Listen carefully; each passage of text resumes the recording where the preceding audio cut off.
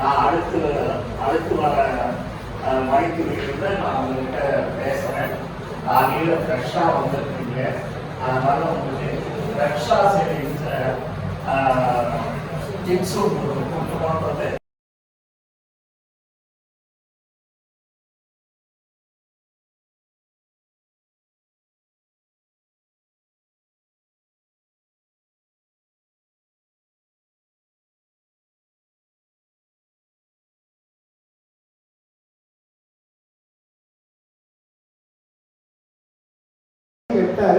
எல்லாருக்கும் வணக்கம். பேசி பழக்கம் இல்லை, ஃபர்ஸ்ட் டைம். ப்ளஸ் அவரை பற்றி பேசினாலே எனக்கு பேச வராது. அவருடைய சும்மா ஜஸ்ட் போட்டிக்காக நான் படிக்க ஆரம்பிச்சேன். பட் ஆனால் என்னோட என்னோட பேரண்டாக இருக்குங்க. பட் ஆனால் அவர் ஆசைப்பட்ட மாதிரி எல்லாமே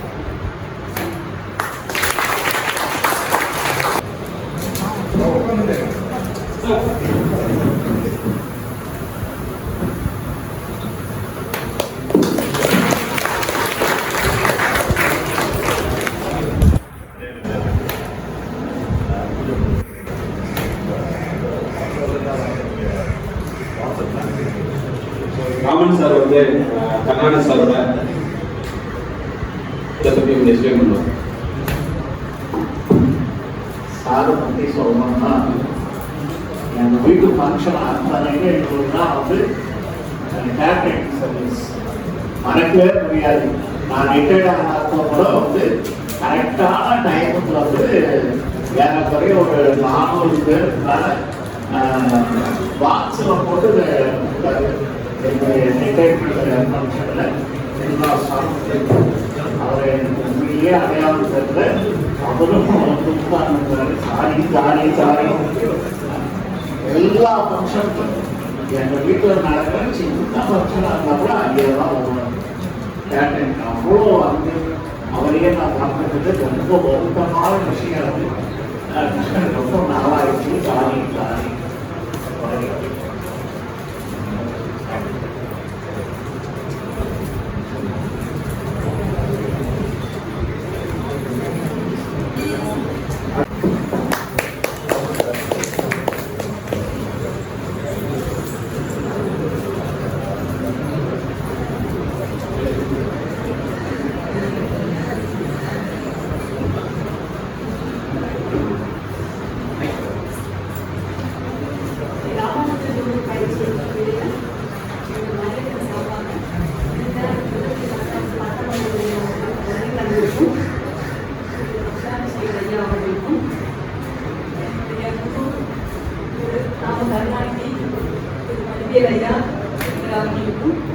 என்னுடைய அனைத்து மாணவர்களுக்கும் எனக்கு முதற்கமாக தெரிவித்துக் கொள்கிறேன். ஆக்சுவலி நான் இங்கே ஜோதிடம் கற்றுக்கிறது நேற்று ராமானுஜருடைய மையத்தில் தான் 14 வருடங்கள் ஆகுது. என்னுடைய 19 வயதுல வந்து கற்றுக்கணும்னு நினைச்ச ஒரு விஷயம் கற்றுக்க முடியல. அப்போ எம்ஏ படித்தேன், பப்ளிக் அட்மினிஸ்ட்ரேஷன் முடிச்சேன். லைன் மாறிச்சு. என்னதான் எல்லாம் மாறிட்டே இருந்தாலும் ஒரு ஸ்டேஜுக்கு அப்புறம் எப்பவுமே வந்து நம்ம கட்ட தொழில் தான் எல்லாருக்கும் அடையும். வருஷத்துக்கு 4 முறைக்கும் எத்தனை முறை பார்த்தாலும் சரியான சொல்யூஷன் வந்து கிடைக்காது. ஒவ்வொருத்தரும் ஒவ்வொரு மாதிரி சொல்றாங்க. என்னதான் நடக்குது இல்லை அப்படின்றது ஒரு கேள்வி இருந்துகிட்டே இருந்தது. அப்ப கிடைச்சதுதான் நம்ம வடிவேலையா சொன்னபடி இந்த ராமானுஜர் முதல்ல நான் தேடும் பொழுது கிடைத்த முதல் வார்த்தையே இந்த ராமானுஜர் அப்படின்றது தான். அந்த வார்த்தை தான் அடுத்த நிமிஷமே எனக்கு இந்த இன்ஸ்டிடியூட் பார்த்துட்டு பெரிய ஊக்கமா இருந்தது. அந்த வார்த்தை அந்த ராமானுஜர் என்பதே மக்களுக்காக தன்னுடைய தேவை எதுவுமே இல்லாமல் அவர் வாழ்ந்த வாழ்க்கை. ஸோ அதை மையமா வச்சு இந்த இன்ஸ்டிடியூட் நடந்துட்டு இருக்கு அப்படின்றது தான் ஒரு பெரிய உந்துதலா இருந்தது. எனக்கு ஃபர்ஸ்ட் பார்த்த இன்ஸ்டிடியூட் இதுதான், இதுக்குள்ள வந்து சேரும். ஆனா இன்னைக்கு வரைக்கும் இங்க இருக்கிற ஒரு விஷயத்த நீங்க வேற எந்த இடத்துலயும் கத்துக்க முடியாது. காரணம் பராசரனுடைய பாரம்பரியம் ஒன்று மட்டுமே பல விஷயத்துக்கு தூண்டுகோலா இருக்கு. எவ்வளவு நான் இப்ப ரிசர்ச் வரைக்கும் போயிட்டேன். ஐயா நம்மளுடைய கருணாநிதி ஐயா மூலமா நான் எம்ஏ ரிசர்ச் படிக்க ஆரம்பிச்சிட்டேன். எம்ஏவும் முடிச்சிட்டேன் அஸ்ட்ராலஜி. ஆக்சுவலா பாருங்க, ஆர்வம் மட்டும் பத்தாது. ஆர்வமும் அதுக்கு மேல அதை தூண்டுதல், நமக்கு தூண்டிக்கிட்டே இருக்கிறது ஒரு ஆள் வேணும். இது எந்த அளவுக்கு ஒரு கிரகம் நமக்கு வேலை செய்யுது அப்படின்றத ஒவ்வொரு நிமிஷமும் நம்ம வாட்ச் பண்ணிட்டே இருக்கணும். ஆரம்பத்துல சொன்னதுதான், ஜோதிடமும் அறிவியலும் ரெண்டு பேரல் லைன் தான். ஆனா இணையாதது கிடையாது, இணையாமே போகுது. ஆனா ரெண்டுமே ஒண்ணு சார்ந்துதான் இருக்கு. அது நம்ம முதல்ல நல்லாவே புரிஞ்சுக்கணும். ஒரு ஆரம்பிக்கும் பொழுதே ஜோதிடத்தை அடிப்படை ஜோதிடத்துக்கு தேவைகள் அப்படின்னு நம்ம ஆரம்பிக்கணும். ஜோதிடத்துக்கு தேவை 12 கட்டம் இருந்தா போதுமா? கிரகங்கள் வேணும், நட்சத்திரங்கள் வேணும். அப்போ 1 by 1 எல்லாமே அந்த காரகத்துவங்கள் அதை நீங்க எப்படி கோர்வையா எடுத்து வர போறீங்க, அதை வைத்துதான் ஜோதிடம். நிஜமாவே ஜோதிடத்தை என்னால சொல்ல முடியுமா நான் எதிர்பார்க்கவே இல்லை. ஜோதிடம் கத்துக்கணும், ஒரு டீச்சரா இருக்கலாம். ஏன்னா எல்லாத்துக்குமே ஜோதிடம் பெரிய கடல். அது உள்ள போயிட்டு எந்த இடத்துல நாம குதிச்சு நீச்சல் அடிக்கிறோமோ அங்க கிடைக்கிறது தான் நமக்கு. அவ்வளவு பெரிய கடல் இருக்கிற மொத்த விஷயத்தை நம்மளால எடுத்துக்க முடியாது. அதனாலதான் ஒவ்வொரு ஜோதிடரும் ஒவ்வொரு பாயிண்ட் ஆஃப் வியூல பேசுவாங்க. காரணம், நாம எதை மறக்கிறோமோ அதை இன்னொருத்தருக்கு தெரியும். அதனாலதான் படிக்கும் பொழுதே ஜோதிடத்தை அந்த அடிப்படையை பேஸ் ரொம்ப ஸ்ட்ராங்கா படிங்கன்னு சொல்றேன். எங்க சுத்தி வந்தாலும் கடைசியா நம்ம திரும்ப அங்கதான் வருவோம். அந்த இடம் தான் நமக்கு வலிமையை. அகர முதல் எழுத்தெல்லாம் ஆதிபவன் முதற்கே வரும் அப்படின்னு நம்மளோட தமிழ் திருவள்ளுவர் முன்னாடியே சொல்லி வச்சுருக்காங்க. எத்தனை பேர் பராசரரை இது வரைக்கும் ஏதாவது கோயில பார்த்துருக்கீங்களா? ஜோதிடத்தின் இரு கண்களா இருக்கவங்க பராசரர் மற்றும் வேதவியாசர். திருமலைவர் 2 பேருமே சேர்ந்து பார்த்துருக்கீங்களா? சரி. திருப்பரங்குன்றம் முருகன் கோவில் 6 விடை வீடுகளில் ஒன்னான திருப்பரங்குன்றத்தில் போனீங்கன்னா மேல முருகன், தெய்வானை, சூரியன், சந்திரன் பார்த்தீங்கன்னா திருமணத்தை ஆசீர்வாதம் பண்ணுவாங்க. அப்படியே வெளியில வந்தீங்கன்னா சனீஸ்வர பகவானை கூப்பிட்டு, அதை கீழே வந்தீங்கன்னா வேதவியாசரும் பராசரரும் ஓம் சரவணபவ அப்படிங்கிற மந்திரத்துக்கு 2 பக்கம் இருப்பாங்க. வேதவியாசர் பாத்தீங்கன்னா மகாபாரதத்தை பெரும் பங்காற்றுவார். சந்தனு மகாராஜா வழியில வந்திருந்தாலும் அவர் நான் வேத தொழில போற சொல்லிட்டு 100 பிண்டங்களா ஆங்காரி வருவதை அவர் குழந்தையா மாற்றி தருவார். பிளஸ் குருட்சேத்திர போர் எந்த வழியில போகும் சொல்றது வேதவியாசத்துக்கு முன்னாடியே சொல்லுவார். அறத்தின் வழியில் செல்ல முடியும். மகாபாரதத்துல கிருஷ்ணன் சொல்லுவார், மனிதர்களுக்கு 3 குணங்கள் இருக்கு அப்படின்னு. அதே மாதிரிதான் கிரகங்களுக்கு 3 குணங்கள் இருக்கு. சாத்வீக குணம், ராஜச குணம், தாமச குணம். இந்த 3 குணங்கள் இருக்கு. இந்த 3 குணங்கள் பாருங்க, எனக்குள்ளேயே சாத்வீகம் இருக்கும், ராஜசம் இருக்கு, தாமசம் இருக்கு. அது நேரத்துக்கு தகுந்த மாதிரி வெளியே வரும். இதே போல உங்களுக்கு நம்ம எப்ப டீட்டெயிலா ஜோதிடத்தை நிறைய நேரம் செலவழிச்சு உள்ள உள்வாங்கி படிக்கிறோமோ, 5 அங்கங்கள், 4 நட்சத்திரம், திதி, அப்புறம் யோகம், கர்மம், இந்த 5 அங்கங்களை நீங்க ஒரு ஜாதக கடத்துல கம்ப்ளீட் பண்ண ஆரம்பிச்சீங்க அப்படின்னா அதுக்கு மேல சூத்திரமே கிடையாது. அதுக்குள்ளே எல்லாமே வந்துடும். அதை யோகம் எப்படி கனெக்ட் பண்றது, யோகி எப்படி கனெக்ட் பண்றது, கர்ணனாவை எப்படி கனெக்ட் பண்றது. நிறைய நேரம் பாத்தீங்கன்னா இந்த குருமார்கள் பாத்தீங்கன்னா வடிவேலையா அவங்க உமாமகேஸ்வரி மட்டும்தான் அவங்க பெருசா பஞ்சாங்க சொல்லுவாங்க. வடிவேலையா பாத்தீங்கன்னா யோகியை பத்தி பயங்கரமா சொல்லுவாங்க. நான் படிச்ச காலங்கள்லாம் அவங்க சொல்லி கொடுத்தத சொல்றேன். காலஞ்சந்தர் ரவிச்சந்திரன் சார் எதுவுமே பார்க்க வேணாப்பா, நம்ம போற பாருன்னா 100, 90, 60, 50 அதை போட்டு சொல்லுவார். ஒரே ஒரு சின்ன செய்தி சார் சொன்னாரு, யோகி அவயோகி பாருனாரு. இப்போ உங்க வீட்டுல என்ன லக்னம் என்ன ராசம் கண்டுபிடிக்க முடியுமா? உங்க வீட்டுல என்ன லக்னம் என்ன ராசம் கண்டுபிடிக்க முடியுமா? யோகி எந்த நட்சத்திரத்தில் இருக்கிறதோ முழு நட்சத்திரமா எடுத்துக்கங்க. பாதி உடனே நட்சத்திரம் முன்னைய பின்னைய வேலை செய்யும். இப்போ இஷ்டம்ப யோகம், அதுக்கு பூசம் தான் யோகி. பூச நட்சத்திரத்திலிருந்து அது ஆயில்யம், அதுக்கு 4வது வீடு எது வரும் சொல்லுங்க? கடகம், சிம்மம், கன்னி, துலாம். அது 4வது வீடு எது வரும்? துலாம், விருச்சிகம், மகரம், கும்பம். அது 4வது எது வரும்? ரிஷபம். அப்போ ஒரு யோகி எந்த நட்சத்திரத்தில் இருக்கிறாரோ அந்த நட்சத்திரத்திலிருந்து 1, 4, 7, 10 என்ன ராசி வருதோ அதுவே ராசியும் லக்னமாக உங்கள் வீட்டில் இருக்கும்.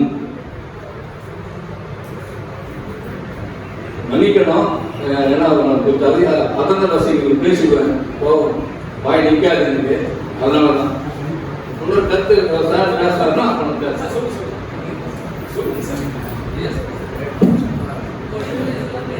அதாவது நான் வந்துட்டு ஃபர்ஸ்ட் வந்து கீந்து மேடம் தான் படித்தோம். செகண்ட் வந்து பார்த்தீங்கன்னா அக்கறைக்கணி வந்து எனக்கு வந்து மீனவன் சார் இருக்காரு. அப்புறம் வந்து பாவங்கள் வந்து அதே வந்து உமாமகேஸ்வரன் பண்ணியிருந்தாங்க. அப்புறம் கடைசியில் ஒரு 4 பாவம் வந்து வடிவேலையே இருக்காரு. அதுக்கப்புறம் வந்து பார்த்தீங்கன்னா ரிசர்ச் வந்து எனக்கு லிசன்ஸ் இருக்குது. ஸோ வந்து இந்த இன்ஸ்டியூட்ல இருக்க எல்லா டீச்சருமே வந்து எனக்கு குருமா இருந்தாங்க. ஸோ எல்லாமே எங்கள் ஊரில் அவங்களோட நாலேஜ் சொல்லி கொடுத்தாங்க. அதுக்கப்புறம் தனியாக வந்து பார்த்தீங்கன்னா உமாமகேஸ்வரன் எனக்கு பிரசனம் சொல்லி கொடுத்தாங்க. சார் வந்து எனக்கு நாலேஜ் சொல்லி கொடுத்தாரு. அதுவும் இல்லாமல் கருணாநிதி சார் என்னெல்லாம் படிக்கணும் நீ தெரிஞ்சுக்கலாம் உதவி வச்சுட்டு அவரை கைட் பண்ணார்.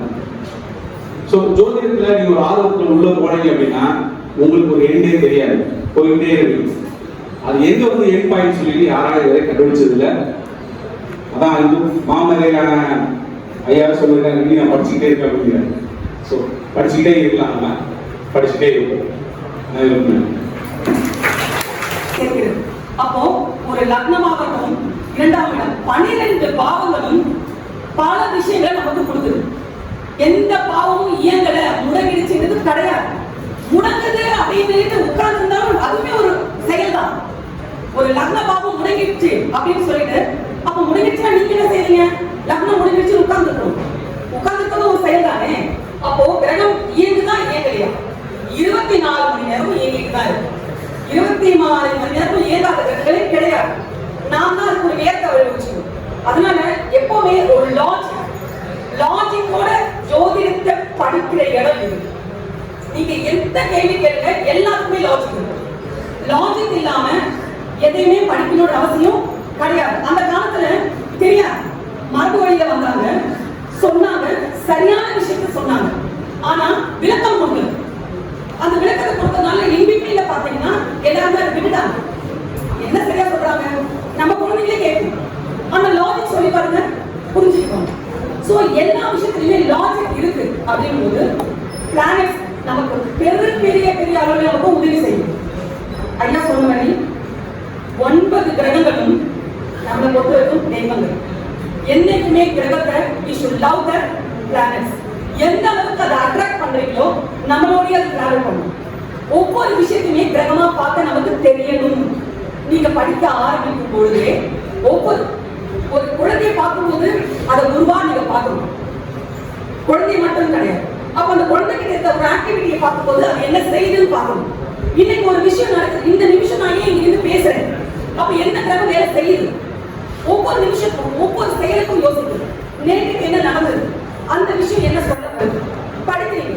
இனிஷியலா படிக்கும் போதே ஒரு நல்ல விஷயத்த நிறைய புரிஞ்சுக்க வேண்டியது என்னன்னா, ஜோதிடத்துல நட்சத்திரங்கள் இல்லாம எந்த பலன்களையும் நம்ம முன்வைக்கிறதே கிடையாது. கிரகங்களும் பாவங்களும் இயக்குது. ஆனா தூண்டுகோலா நீங்க எல்லாத்தையுமே செய்ய வைக்கிறது நட்சத்திரங்கள் தான். இதுதான் வந்து நம்முடைய அடிப்படை பராசரர் கொடுத்த விதி. இதுல இருந்தா எல்லாமே டெவலப் ஆச்சு. ஒவ்வொரு முறையும் ஜோதிடத்தை படிக்கும் பொழுது சாரத்தோடு சேர்ந்து படிக்கும். ஒரு கேது அவர் நிற்கிற சாரம் ஏன் அதை கேட்கணும், என்ன சாரம் ஏன் கேட்கணும்? நட்சத்திரங்கள் மிகவும் வலிமையானது. நாம கேட்கிறத கொடுத்து கொண்டே இருக்கக்கூடியது. அதை என்னைக்குமே நம்ம மறக்கக்கூடாது. கிரகங்கள் பாருங்க, அவங்க வேலையில இருந்து நகரவே மாட்டாங்க. அவங்க வேலைகளை சரியாக செய்பவர்கள் கிரகங்கள். கிரகங்களை நாம தான் வந்து டிஸ்டர்ப் பண்ணணும். கிரகங்கள் எப்பவுமே தன்னுடைய வேலையை மிக மிக சரியாகவும் துல்லியமாகவும் செய்யும். நாம நினைச்சு வந்து சூரியன் காலகாலத்துல வர்றது கிடையாது. Exactly 6:32 6:32, exactly 5:45 5:45. அது மாதிரி அஸ்தமனமாக இருந்தாலும் சரி, உதயமாக இருந்தாலும் சரி, எந்த பிளானட்டுக்குமே நாம வந்து ரூல் கொடுக்கல. But they are ruling us. அப்போ அந்த பிளானட் தன்னுடைய வேலையை அது சரியா தான் செய்யுது. எதன் மூலமாக செய்கிறது? அப்போ நம்மளுடைய அண்டத்தில் இருக்கின்ற மில்கி வே, அதுல இருக்கிற அந்த 27 நட்சத்திர கூட்டங்கள், அதன் மூலமாகத்தான் கிரகங்கள் வேலையை செய்கிறது. இதுதான் ஒரே ஒரு பாயிண்ட் பேஸ்ல நம்ம புரிஞ்சிக்க வேண்டியது. வரம்ப போகவே போகாது. ஈஸியா கத்துக்கும் போது எனக்கெல்லாம் வந்து நான் வந்து ஜோதிடத்தை அதிகமா சொல்லணும்னு கூட எனக்கு தெரியாது. படிக்கிற ஆர்வம் அதிகம். இன்னைக்கு ரிசர்ச் வரைக்கும் போயிருக்கேன். என்னால ரிசர்ச் பண்ண முடியுது. பல விஷயங்கள் புரியுது. இது எல்லாத்துக்குமே சாராம்சம் பராசரருடைய பாரம்பரிய இந்த ஜோதிட மெத்தட் அப்படின்றத இதுக்கு நான் பல லட்சங்கள் செலவு பண்ணியிருக்கேன். போகாத ஜோதிட வகுப்பே கிடையாது.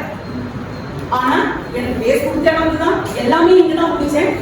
முடிச்சு சும்மா இருக்க மாட்டேன் இல்லைங்களா? அபிவியாசம் அடுத்து விருதுநந்தி நாடு, அடுத்து சந்திர நாடு, எந்த நாடும் தேவை கிடையாதுங்க. To be frank with you, because அவ்வளவு செலவு பண்ணி படிச்சாலும் எல்லாமே சுத்தி சுத்தி நம்ம வர வேண்டியது இந்த இடம் தான். தட் மீன்ஸ் இந்த பாரம்பரிய பராசரோட மெத்தட் தான். இதை தாண்டி நீங்க எங்க போகலாம். இன்னைக்கு நான் ரிசர்ச் பண்றேன். இன்னைக்கு புதுசா நான் புத்தகம் கிடைப்பாங்க. அந்த புத்தகத்துல என்ன இருக்கும்? இதுல இருந்துதான் வரும். எதுவா இருந்தாலும் இதுதான் தொடர்பு கொடுது. ஸோ நான் வந்து எக்ஸ்பீரியன்ஸ்ல நிறைய சிறு குறுகிய காலம் தான், அந்த 14 வருஷத்துல நிறைய எக்ஸ்பீரியன்ஸ் கெயின் பண்ணிக்கிறேன். அனுபவம் வந்து ஜோதிடத்தோடு சேரும்போது ரொம்ப அழகா இருக்கு. என்னால இப்ப எதையுமே ஒரு மனிதராக பார்க்க முடியாது. யார் பார்க்கும்போது ஒரு கிரகமா தான் பாக்குறேன். அப்போ அந்த கிரகம் என் கூடவே இருக்கு. எனக்கு வேண்டியதை அது செய்யும் அப்படின்றது என்னால உணர முடியும்.